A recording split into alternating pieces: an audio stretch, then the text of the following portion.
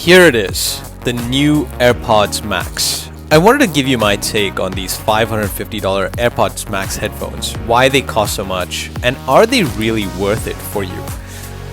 As a reminder, my main aim for this channel is to help you make decisions, so if you have any questions, post them in the comment section, send me an email, or if you want me to review any other product, let me know.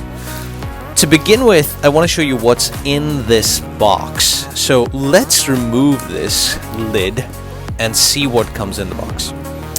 I'm going to put the lid on the side here. What you're seeing here is we have the headphones. There's also the case that's included, which is surprising because normally Apple wants you to pay for these things. So the case is included, the headphones are there. We also have a charging cable, a lightning charging cable. Now this is disappointing because we would really like to have seen a USB-C charger here instead of a lightning cable and a lightning charger. I guess Apple's thinking that the iPhone's lightning, so many people might use this with the iPhone and therefore use one cable, but the MacBook Pro, the iPad Pros, they're all now essentially moving to the USB-C charger. So this is definitely a disappointment, I'd say. These headphones are really nice. In the box, I don't see anything else. There's no other audio cable. Like if you look at the Sony WH-1000 XM4s or the Bose 700s, you'll see they also include an audio cable in there as well. But it doesn't really matter. I didn't really miss it. I don't use it that much as well with either the Bose or the Sony XM4s. You will have to purchase a USB-C charger, is my take on it. Like, I think Apple's completely taken that out of the equation, and it's not like there are many of them flying around. So you definitely need to purchase that. So that's what is in the box. There are a few things that I want to discuss with you guys to tell you what's great about this. And to begin with, let's talk about the design. So to talk about the design, I'll have to open this case. This is magnetic, pretty nice, I'd say. So let's open this. Wow, that was pretty smooth. I really like that. So keeping the case on the side, we'll talk about the case in a second. These headphones are really, really nice. They're definitely cool to touch. These headphones are made with stainless steel flexible frames, and they're wrapped with this soft touch material, which is really nice to hold. These ear cups are also aluminum, and I did take these outside again, so that's why they're cold. And each of these ear cups have this independent rotation, if you notice here as well. So it's really very, very well built. And it's surprising that Apple chose to use metal like aluminum and stainless steel to build these. So the build quality is fantastic. And to be honest with you, they're fairly light. However, if you were to compare them with the XM4s or the Bose 700s, this is at least 50% heavier. But I don't feel it. Like as I use them, as I put them on my head and I use them, I didn't think that I'd use them outside, and as I went outside, it didn't feel all that different. So I was very, very comfortable using these headphones, for example. One more thing I just want to point out in the design is that they have these removable ear cups, which is really nice because with all of my over-the-ear headphones, these ear cups definitely deteriorate. And if they deteriorate, I generally end up just buying new headphones. So this is great. Now Apple's charging $70 for each one of these, which isn't great, to be honest with you. But you know, that's what it is. That's Apple for you. And you can even buy them in different colors. So you could, mix the silver with the ocean blue or something of that nature, or the space gray if you like, and the red. For number 2. Let's talk about setup. Now, setting up these headphones is just easy. As you could see, as soon as I got my iPhone, this is the iPhone 12 mini, by the way, next to the AirPods Max, you just see this thing come up, and I can hit connect, and it's going to connect to these, and it's going to give me some more instructions on how to use these headphones. So here we have the noise cancellation, how do you noise control, press the noise control button, etc., between transparency mode and noise control. And the media control for us to essentially play, pause, and skip forward, as well as volume controls, is right here. So that's really nice, and just the animation here is brilliant. So you can also, of course, control it through your volume control and then set your transparency mode from there as well. So I'm going to skip this. And this is now telling you how spatial audio works. So I'm going to skip this now as well, and then it tells you how much charge there is. That's all there is to it. That's it. This is fully set up now to work with my iPhone. Now this also works with my iPad and my MacBook Pro, and the seamless integration between them is really, really great. The integration between all of the Apple devices. As I bring those devices here, as I move from here to the iPad, it's just very nice. Now, number 3, I wanted to talk to you about controls.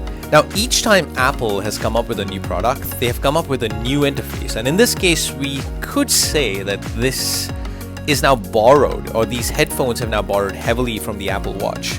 Now, if I were to bring in the Apple Watch here, you'd see that the Apple Watch is something similar to what you see here. You have the crown, the digital crown, and you have a button here. And that's really similar to what you see on the Apple Watch as well. And both of these, I mean, they really work very nicely. On the headphones, these two buttons around noise control and digital crown for skip, pause, volume controls. Initially, I was like, wasn't sure, because a lot of the new headphones, like the Sony's, the XM4s, etc., they're all moving towards these touch kind of controls on the sides. Even the Microsoft Surface headphones have that. But these feel very, very nice, very smooth, very soft to touch, just excellent to kind of use, etc. So this is something that I've really liked, and I think this idea has been just fantastic. So bringing the controls from the Apple Watch into these headphones, I mean, that was just a great idea, and so like really trying to build something completely new and build some kind of a digital control here. So I think this has worked out really well as well. Number 4, what I want to discuss with you guys is the sound quality. And right off the bat, I would say, I'd like to say, I'm no audiophile, by the way, and my recommendations are my own about me loving to listen to music, etc. And getting right to the point, I find these headphones better than the Sony XM4s and the Bose 700s. The basses are deep, and I was really surprised to hear the wider sound stage here, which was really, really surprising to me. Soundstage is essentially the ability for headphones to produce the special cues in a room, essentially telling your brain where the sound is coming from. And these do a phenomenal job, and definitely do better than the XM4s and the 700. So the soundstage is amazing, makes you feel like you're up front in a concert hall. So you can really make out all of the tiny details in your music. So that is something why I think these are superior than XM4s and Bose 700s, etc., which retail for around $300-350 at the moment. So these are expensive. We'll talk about the cost in a second.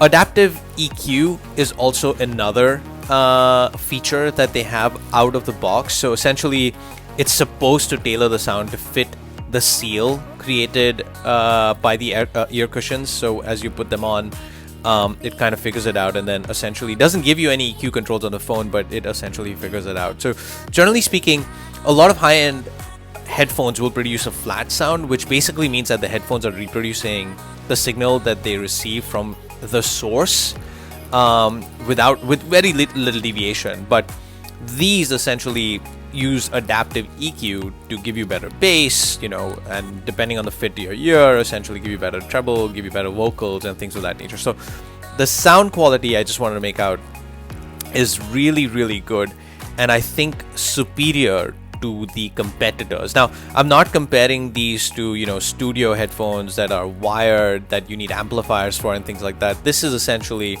for folks who are listening to music or even taking phone calls. I think it's really, really nice. And just talking about that, point number 5 I want to talk about is noise cancelling and transparency mode.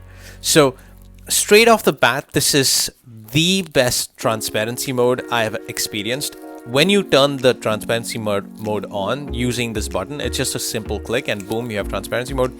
You feel like you're outside. I don't know how Apple has achieved this. This is something that I want to do some more research on. But you feel like you're absolutely outside. You can hear everything outside if you're traveling, etc. So that's really fantastic.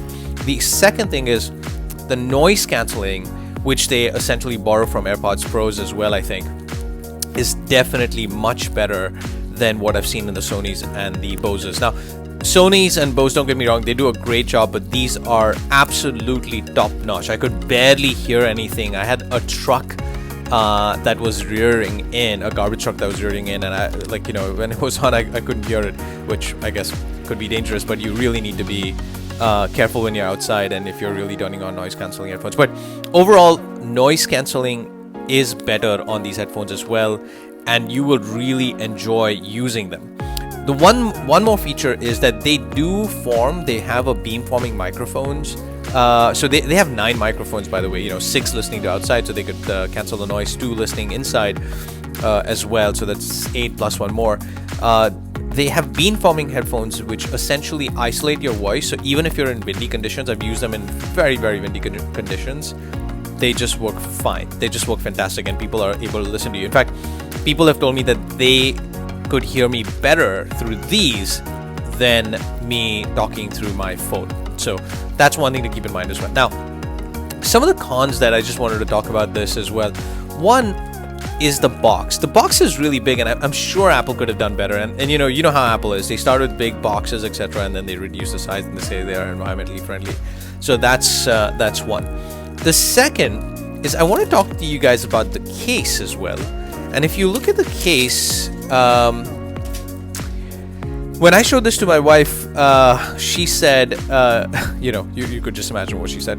But this case is not really good. I mean, the one downside of this case is that for Apple to essentially preserve battery and for this headphone to essentially go in a low battery mode, you have to put them in this case, which is really disappointing. I mean, Apple could have given a button or something else, you know, or you know, use one of these so that it goes out, or it could essentially use its accelerometer or a gyroscope to decide if the headphones are off, that it can go into low battery mode. But they're always on, and for 2 hours they'll stay on unless you put them in this really weird case. Now, the case is generally good. It's well made. Like if you touch it, it's really, really well made. But it doesn't really give it all that much protection. So if I were to put this in, you'll see what I mean. Like, you know, these are still outside. You know, these will dirty up, and if it falls down or something, like, this is going to scratch like crazy. So, and that's one thing I'm not really happy about. Even the cutout isn't like perfect, which is just not Apple-esque. So I'm not particularly sure what they're getting at. So the case material is fantastic. They could have just done a much better job, like than this. That's disappointing in my opinion. This is the white version, or the silver version. Sorry. So I would say that you should go for a different color if you want to go with this, because I expect that this is going to dirty up very soon, because you will need the case to preserve battery over a period of time. Now, talking about battery life, the one thing I want to point out is I easily got 20 hours out of these as I was listening to them. So battery life is great. The Sonys give you 30 hours, so maybe it's a little less than that, but I think 20 hours is more than enough for generally all of my day-to-day work and music listening, etc. The 2 other pieces I'd say that are disappointing, besides the box and the case, is the lightning charger. I would have really preferred a USB-C here, given that Apple itself is moving towards USB-C for the most part, so that's really disappointing, I'd say. And then carrying it around, I think it might be more efficient to carry the XM4s or the Bose 700s, and of course the truly wireless headphones are the easiest to carry around, there's no 2 ways about it. But of course you're not going to get the same kind of sound. The final question I'd like to ask is, are these headphones worth the $550 price tag? And let's start with the list of things. 1, superior sound, much better soundstage than the Bose 700s or the XM4s. Best-in-class noise cancellation. Both of these ear cups have H1 chips, which essentially help you with noise cancellation, transparency mode, the adaptive EQ. 9 microphones, stainless steel frames, which I have never seen in a headphone, and built so well. The build quality is just fantastic. Accelerometer, the gyroscope, and very, very good integration, just seamless integration with other Apple devices. Now, you can also use this with non-Apple devices, of course, and that's completely fine. So for those who can afford this, I think this is well worth the money. I do think Apple could have done better on the price, but I expect that these will go down. I expect eventually, similar to the HomePods, which are now available for $100 cheaper, AirPods Maxes, you could get them which started off at $250. Now you can get them anywhere for, I think, for $199 in many places. So I expect that these will go down in prices. And I also push one more theory. If you remember when the AirPods had first come out, and even I made fun of them, if you remember, but they introduced a new class of headphones and definitely changed how people listen to music and talk to people and have stereo sound within their ears, etc. I expect that these headphones will also help Sony and Bose to improve their sales, because more people will be now acquainted with these kind of over-the-ear headphones, which they traditionally have not used. So it'll open the market up to better headphones, better quality headphones, improve competition, and I expect the Sonys and Boses to get better, and many people will now be even more than willing to spend that $300-400 for those headphones. So I think all in all, Apple entering into this market is just fantastic, and we'll see how over time the pricing as well as the durability of these headphones last. So I'll keep you guys posted. If you guys have any other questions, please put them in the comment section. Subscribe. I'm a dad with 2 kids. I'm here to help my family, and I'm here to help my community as much as I can. And this is something that excites me. This is something that really keeps me up at night. I really enjoy doing these videos for you guys. I really enjoy reviewing these products, and I'll continue to do the ones that I buy for myself and my family. Thank you guys. Talk to you guys soon.